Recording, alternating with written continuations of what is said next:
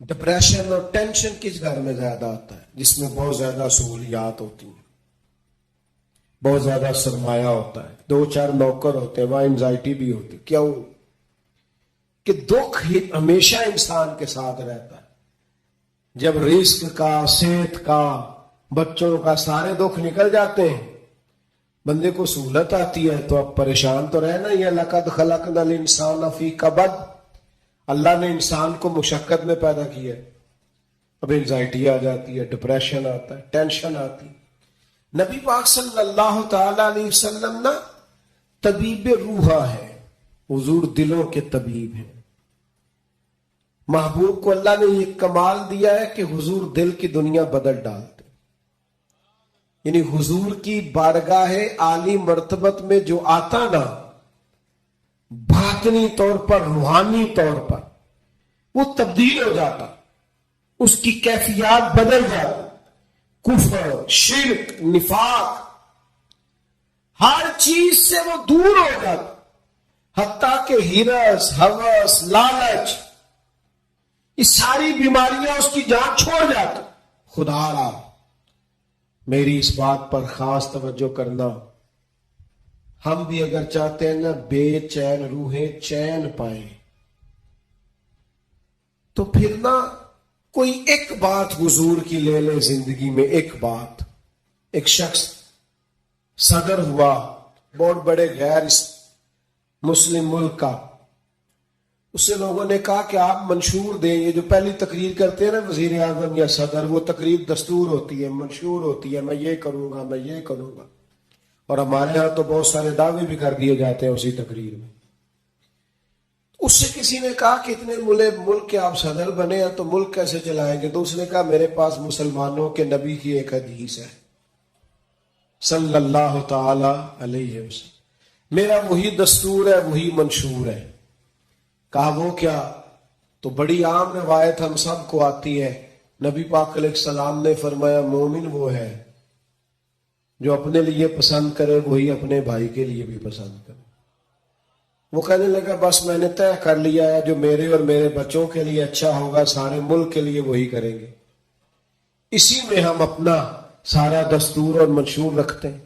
حضور سید عالم صلی اللہ تعالی علیہ وسلم کا کمال یہ تھا کہ حضور کی بارگاہ میں جو لوگ آتے تھے وہ قلبی اطمینان محسوس کرتے تھے. قلبی، آپ اندر سے مطمئن ہو نا تو سادی روٹی بھی لذت دیتی ہے. لیکن ذہنی طور پر آپ کسی آزمائش کا شکار ہو تو جتنے مرضی اچھے کھانے پکا لیں. حضور کی بارگاہ عالی مرتبت میں کمال یہ ملا لوگوں کو کہ انہیں اطمینان قلبی، فقیری میں بھی. سیدہ طیبہ طاہرہ حضرت خدیجہ الکبریٰ رضی اللہ تعالی 20 گویا کنیزیں تھی جناب خدیجہ کے گھر کام کرنے، ملکہ تھی وہ تو گویا مکے کی. لیکن جب نبی پاک کی بارگاہ میں آئی تو سارا مال خیرات کر دیا. وہ جن کے کام کوئی کرتا تھا وہ خود چولہے میں ایندھن جلاتی، وہ خود کھانا پکاتی، سارے کام کاج کرتی. آپ اچھی طرح جانتے ہیں کہ بندہ غریب سے امیر ہو تو وقت گزر جاتا ہے، خدا نے خواستہ امیری سے غریبی آ جائے تو عادتیں اب اور بن چکی ہوتی ہیں، حالات خراب ہو جاتے ہیں. جناب خدیجہ رضی اللہ تعالی عنہا اس قدر زیادہ مطمئن تھی اپنی اس زندگی پر کہ محبوب کے لیے کھانا پکا کر وہ باورچی خانے سے نکلی اور لا کر حضور کی بارگاہ میں پیش کیا. تو حضور فرمانے لگے خدیجہ آپ کے آنے سے پہلے جبریل امین آ گئے اور انہوں نے آن کر کے فرمایا ہے کہ یا رسول اللہ خدیجہ آ رہی ہے.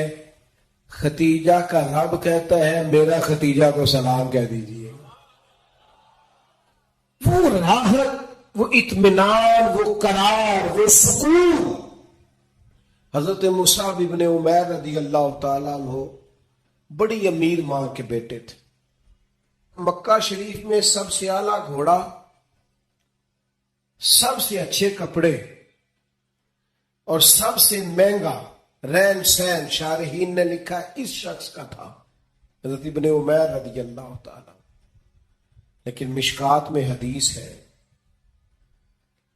حضرت مولا علی شیر خدا حدیث کے راوی ہیں، فرماتے ایک دن حضرت مصعب ابن عمیر رضی اللہ تعالیٰ عنہ مسجد نبوی میں آئے تو ان کی حالت یہ تھی کہ ٹاٹ کا لباس پہنا ہوا تھا، کلمہ پڑا ہے، مسلمان ہوئے ہیں، حالات کا سامنا ہے، وقت نے اور طرح کا رخ اختیار کر لیا اور ایک پیر میں گویا جوتا دوسرے میں نہیں ہے،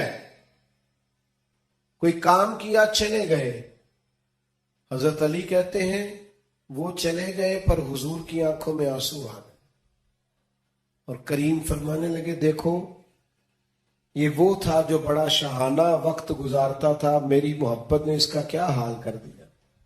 لیکن حضرت مصعب ابن عمیر سے جب بھی کسی نے پوچھا حال کیا ہے تو انہوں نے کہا جو اطمینان اللہ نے اب عطا فرمایا ہے، جو سکون وہ قرار، چونکہ مقصد حیات ہاتھ آ گیا نا، معرفت الہی مل گئی ہے نا، ہم نے نبی پاک علیہ السلام کی صورت میں اللہ کی وہ دلیل دیکھ لی ہے نا، زندگی کسی کام لگ گئی ہے، ہمیں اپنا اٹھنا بیٹھنا کام کرنا نتیجہ خیز محسوس ہونے لگا، کچھ زندگی کو کوئی کام مل گیا، میری خانہ بدوشی کو گھر نصیب ہو گیا، مجھے کو رستہ میسر آ گیا، تو لہذا اطمینان قلبی، چین، سکون یہ بہرحال اسی رستے میں موجود ہے جو رستہ رسول پاک نے عطا فرمایا۔ دل بے چین ہے، طبیعتیں بے قرار ہیں، شکوے ہی شکوے ہیں، پریشانیاں ہی پریشانیاں۔ میرے دوستو، ہمارے ہاں جو اضطراب ہے، جو بے چینی ہے، جو ذہنی تناؤ ہے، کسی آدمی کو لوگ اچھا سمجھنے کو تیار نہیں، بدگمانیاں ہیں، ہر گروہ دوسرے کے بارے میں، ہر محکمہ دوسرے کے بارے میں، ایک طبقہ زندگی سے تعلق رکھنے والے لوگوں سے دوسرے کے بارے میں رائے پوچھے تو سخت لہجوں کے اندر اس طرح کا مزاج ہے کہ ہم اکٹھے رہتے ہیں پر دور رہتے ہیں ایک دوسرے۔ خدارا آؤ نا میلاد کے موسم بہار میں اپنے محبوب سے فیض حاصل کریں، اطمینان قلبی کا بندوبست کریں، اپنے دلوں کو حضور کی محبت کا فیضان دیں۔ ہم تھوڑا ٹھہرنا سیکھیں، تھوڑی بردباری سیکھیں، تھوڑا حلم سیکھیں، تھوڑا تدبر سیکھیں، اپنے نبی کریم علیہ السلام سے حکمت سیکھیں، دانائی کے سوتے ہماری طبیعتوں سے پھوٹے۔ دو قسم کے لوگ مطمئن زندگی گزارتے ہیں، دو قسم۔ حکماء نے لکھا دو بندے، ایک جو جس کے پاس جائز پیسے ہوں اور وسیع ہوں، ناجائز پیسے وسیع ہوں تو وہ بھی بے چین رکھتے ہیں، بندہ مطمئن نہیں رہتا، الجھا رہتا ہے۔ جائز پیسے ہو اور وسعت ہو رزق میں تو انسان مطمئن ہوتا ہے۔ اور دوسرا، اگر اللہ کتاب و سنت کا علم عطا کر دینا، پھر طبیعت میں وہ ٹھہراؤ آتا ہے، وہ سکون آتا ہے۔ تو یاد رکھنا، نبی پاک کی صرف باتیں پڑھ لی جائے نا، سیرت پاک کو پورا پڑھ لیا جائے، حضور علیہ الصلوۃ والسلام کا وقار، بردباری، معاملہ فہمی، تدبر، حضور علیہ السلام کا حقوق العباد کا چارٹر، انسانی حقوق کے تعلق سے سرکار کے ارشادات۔ یعنی میں بڑے زمانے سے دوستوں سے یہ کہتا ہوں کہ ایک مہینہ پہلے بیٹی کے فرنیچر کا آرڈر دیتے ہو، کم از کم مہینہ پہلے، اور 15 دن پہلے بیٹے کی شیروانی اور سوٹ، کم از کم 15 دن پہلے۔ کاش ان دونوں کو تم کسی ایسی جگہ بھی لے جاؤ جہاں انہیں میاں بیوی کے حقوق کا درس بھی ملے۔ اگر نوجوانوں کو پتا ہو کہ 3 طلاقیں اکٹھی دینے سے طلاق ہو جاتی ہے، قبل اس کے پتا ہو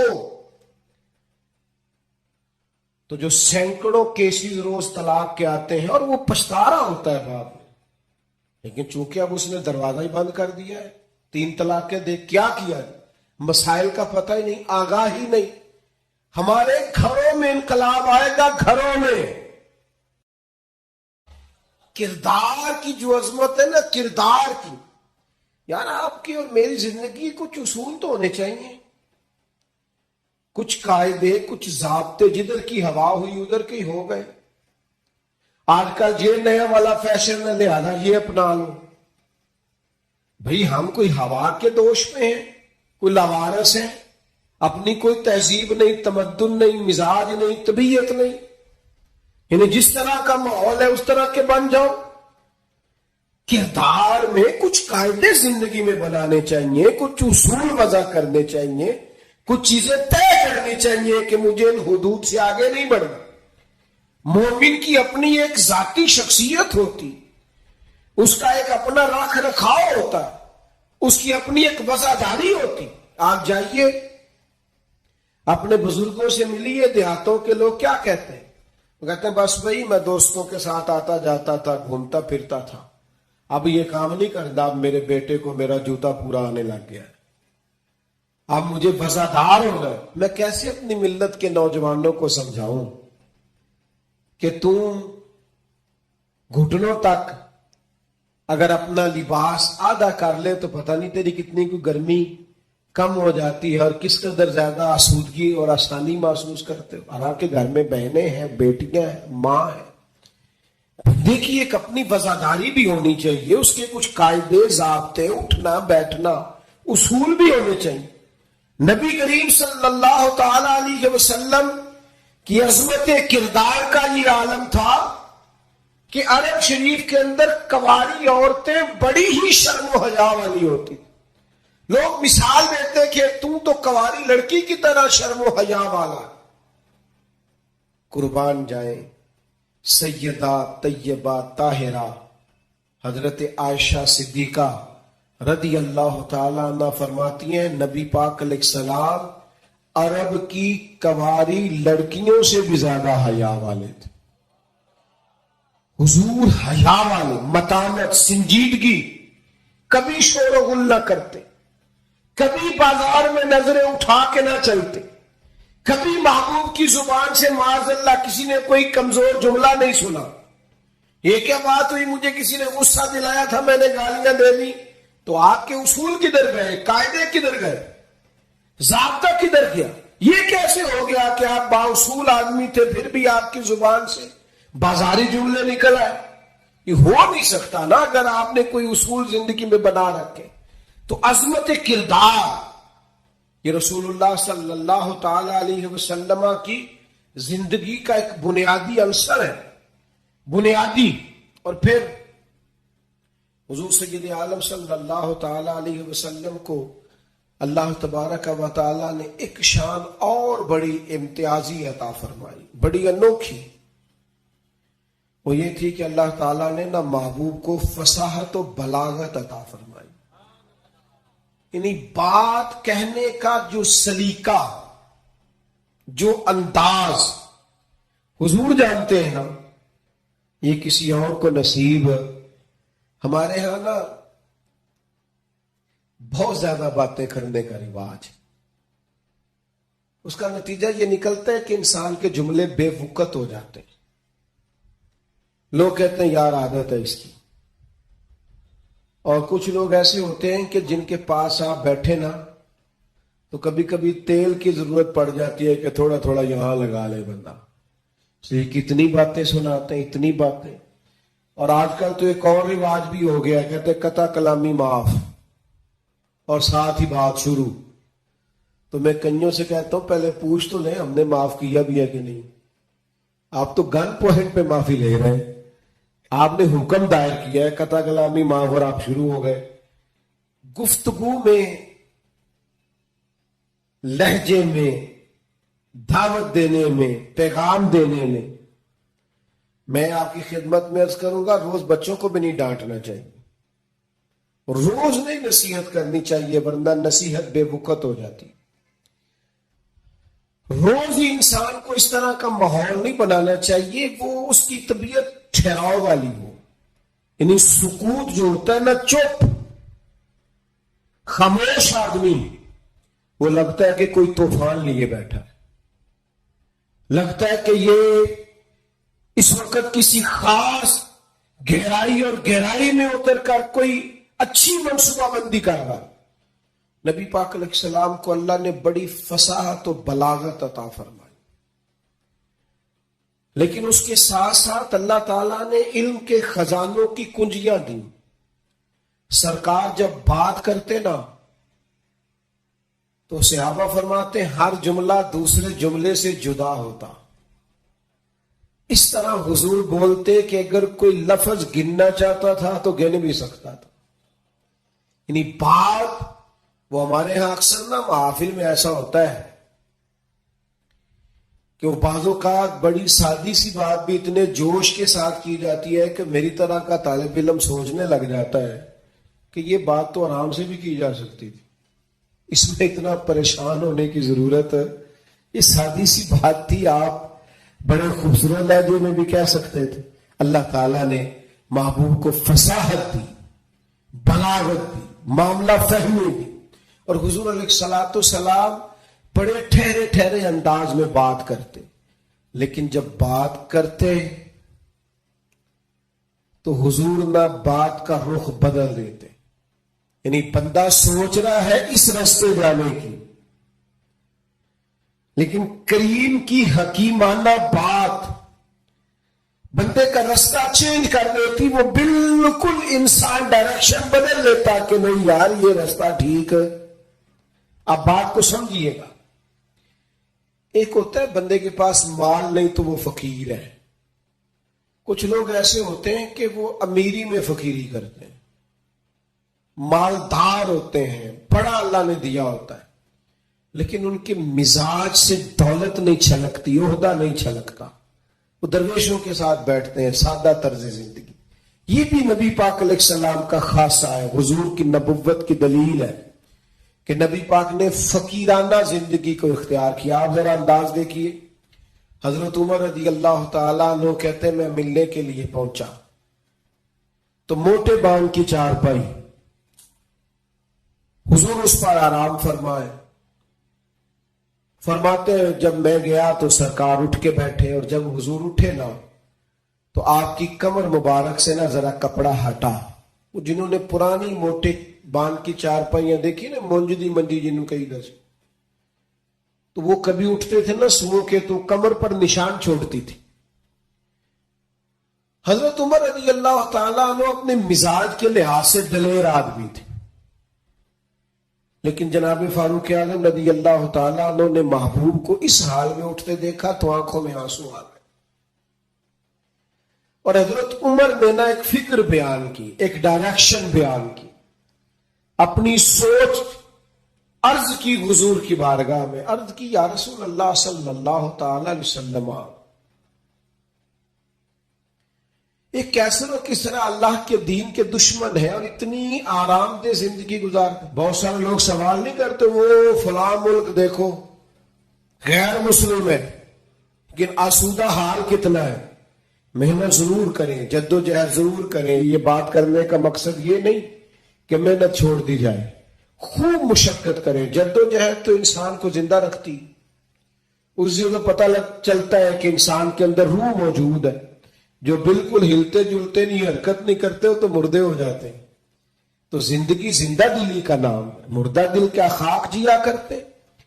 لیکن یہ سوچ کا یہ زاویہ بھی دیکھیے، حضرت عمر نے عرض کی یا رسول اللہ صلی اللہ تعالی علیہ وسلم، وہ کیسر و کسرا اللہ کے دین کے دشمن اتنی آسودہ آسان زندگی گزارتے اور آپ محبوب ہو کے، اب یہ ایک زاویہ ہے سوچ کا، لیکن نبی پاک علیہ السلام نے اس زاویے کو نیا راستہ دیا۔ یعنی سوچ یہ ہے کہ آپ محبوب ہیں اور ظاہری طور پر یہ وقت مشکل ہے، دوسری جانب دشمن ہے، اور یہ گاؤں تک یہ لاؤ لشکر، یہ آسان زندگی۔ حضور نے سوچ ہی بدل دی، فرمایا عمر کیا تم یہ پسند نہیں کرتے کہ وہ دنیا میں تھوڑی سی آسانی لے اور آخرت میں رسوا ہو جائے؟ اور فرمایا کیا تم یہ پسند نہیں کرتے ہم دنیا میں تھوڑی سی مشقت اٹھائیں اور آخرت کی ساری عزتیں اللہ ہمیں ہی عطا فرما دے؟ یہ ایک ایسی سوچ تھی کہ جناب عمر کہتے ہیں میرا زاویہ نگاہ بدل گیا کہ جنت میں جییں گے من چاہی زندگی، وہاں اللہ کے انعامات سے بھرپور لطف اندوز ہوں گے، وہاں اللہ تبارک و تعالیٰ اور اس کے محبوب کے قرب میں ان نعمتوں کو محسوس کریں گے۔ اور حضور نے زاویہ بدل دیا۔ یقین ایک شخص نے آ کے کہا یا رسول اللہ مجھے آپ سے محبت ہے۔ حضور نے فرمایا سوچ کے کہو۔ یہ ویسے ہم سے نہیں آج کوئی بھی کہہ سکتا، سوال ہی نہیں پیدا ہوتا۔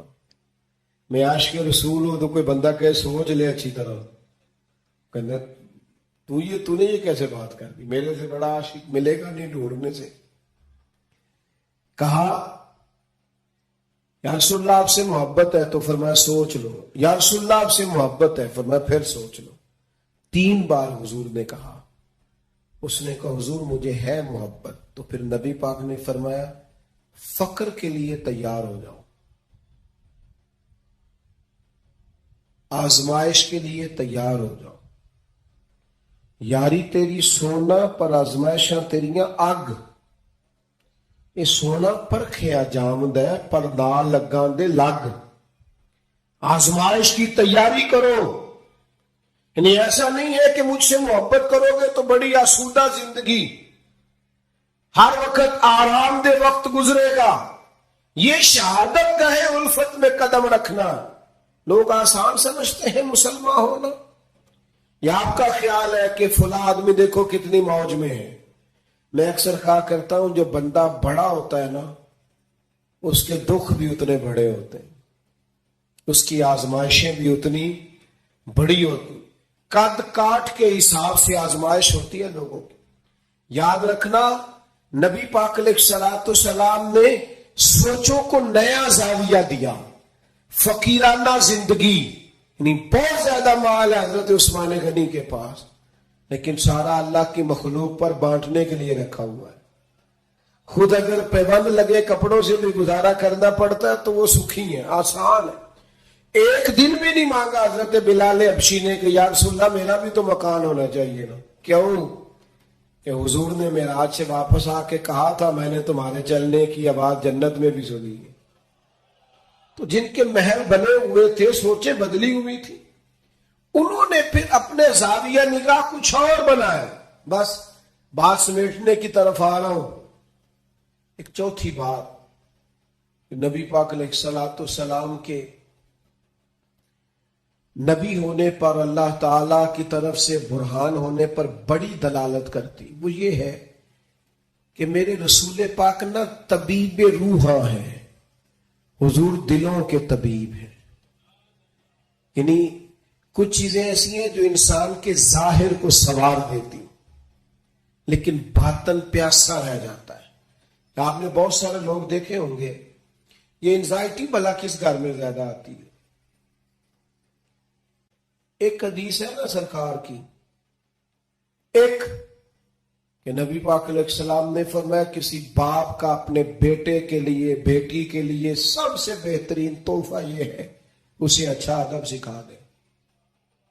لو آپ یہ کام کر کے دیکھیں، کل کو اسی بیٹے کی بیوی کتنے سکون سے وقت گزارے گی، اگر اس کے آداب زندگی ٹھیک ہوئے تو اس کے بچے کتنے اطمینان سے وقت گزارے، اس کے دوست کہیں گے یار کیا آدمی ہے، اس کے ساتھ بیٹھے تو زندگی خوبصورت ہو جاتی۔ ہم نے کیا کیا ہے؟ ہم نے اپنے بے چین دل کو چین نہیں دیا، حضور کی بارگاہ سے فیض یاب نہیں کیا۔ بے حکمت اور بے ترتیب زندگی، الجھے خیالات، ٹوٹتی بکھرتی سوچیں، وسوسوں کے غلبے ہم نے اپنے اوپر اوڑھ لیے ہیں۔ میلاد النبی کے اس موسم بہار میں واپس لوٹیے اور دروازہ رسول کی طرف رجوع کیجئے۔ قیامت تک کے لیے اب نبوت کا دروازہ بند ہے، اب قیامت تک کے لیے جسے بھی اطمینان اور سکون ملے گا صرف گنبد خضرا والے محبوب کی بارگاہ سے ملے گا۔ لیکن ہمیں اب نعروں کی دنیا سے، اب ہمیں جذباتی گفتگو کی دنیا سے باہر آ کر حقیقت پسندی کا مزاج اختیار کرنا ہوگا. ہمیں وہ چیزیں اختیار کرنی ہوگی اور عملاً اپنی زندگی میں نافذ العمل کرنی پڑے گی. پھر آپ دیکھیے گا خود بخود کہ بڑے الجھے ہوئے لوگوں کی زندگی میں بھی آپ اپنے آپ کو مطمئن پائیں گے. درویش کیوں مطمئن رہتے تھے؟ خواجہ معین الدین اجمیری رحمۃ اللہ علیہ جب بہت حملے ہونے لگے ہندوؤں کی طرف سے تو آپ کے حالات میں لکھا ایک شخص نے آپ کو کہا بے چین نہیں ہوتے، اسی طرح خیمے میں اکیلے سو جاتے ہیں حالانکہ حالات اتنے خراب ہیں. تو خواجہ صاحب فرمانے لگے میں کو لوارث ہوں، عقیدہ توحید والا ہوں. حالات خراب ہو گئے تو کیا ہوا، بچ گیا تو تبلیغ کروں گا، دنیا سے چلا گیا تو شہادت کی زندگی نصیب ہو جائے گی. ہر طرح سے خیر ہی خیر ہے، دونوں جانب سے کرم ہی کرم ہے. تو مومن کی یہ شان ہوتی ہے کہ وہ تو مطمئن ہوتا ہے، اس کو تو اللہ تبارک و تعالی سکون عطا کرتا ہے. لیکن ہمارا الجھاؤ اب خطرناک ہو گیا. تو 4 باتیں میں نے آپ کی خدمت میں عرض کی. ایک تو حکمت، حضور امی ہے، پردانائی، تدبر، معاملہ فہم. اور دوسری بات رسول اللہ صلی اللہ علیہ وسلم نے ہمیں عظمت کردار سکھائی. اپنی زندگی کے چاروں جانب اصولوں کی دیوار کھڑی کریں، اپنے اصولوں کی روشنی میں آپ جیئیں. کوئی آ رہا ہے کوئی جا رہا ہے، یہ کام چلتا رہے، لیکن آپ کو اپنے اصول توڑنے نہیں ہیں. وہ قائد اعظم ملنے آئے نا حضرت امیر ملت سے، دیر سے آئے، رات کو دیر سے. حضرت امیر ملت نے لانگڑی کو بلایا، کہا کھانا تازہ پکاؤ. تو کہنے لگے مجھے سالوں بیت گئے، میں نے رات کو کبھی کھانا نہیں کھایا. تو حضرت امیر ملت کہنے لگے مجھے آدھی صدی ہونے کو ہے، میں نے بغیر کھانا کھلائے مہمان سونے کبھی نہیں دیا. آپ کے اصول ہے تو ہمارے بھی اصول ہے. تو روٹی کھا گئی سوئیں گے. تو بڑے متاثر ہوئے، کہنے لگے کہ یہی نظم تو حسن ہے زندگی کا. کہا میں آج اپنا اصول توڑتا ہوں، اس لیے کہ آپ کا اصول زیادہ شستہ ہے، خوبصورت، نکھرا ہوں. تو کچھ اصولوں میں زندگی انسان گزارے. تیسری بات فصاحت، بلاغت. آپ کو بات کہنی آتی ہو، معافی ضمیر آپ کو بیان کرنا آتا ہو، آپ گفتگو کا سلیقہ رکھتے ہو. اور چوتھی گزارش جو میں نے آپ کی خدمت میں عرض کی ہے وہ یہ ہے کہ ہمیں اب اطمینان قلبی کی طرف بڑھنا ہے. حضور سے فیضان لینا ہے دل بدلنے والا، ظاہری حلیے نہیں. آپ مجھ سے ناراض نہ ہوئیے گا، لیکن میں اکثر یہ روتا رہتا ہوں کہ صرف پگڑی باندھنا، داڑھی رکھنا اور مسواک کرنا ہی سنت نہیں، سچ بولنا بھی سنت ہے.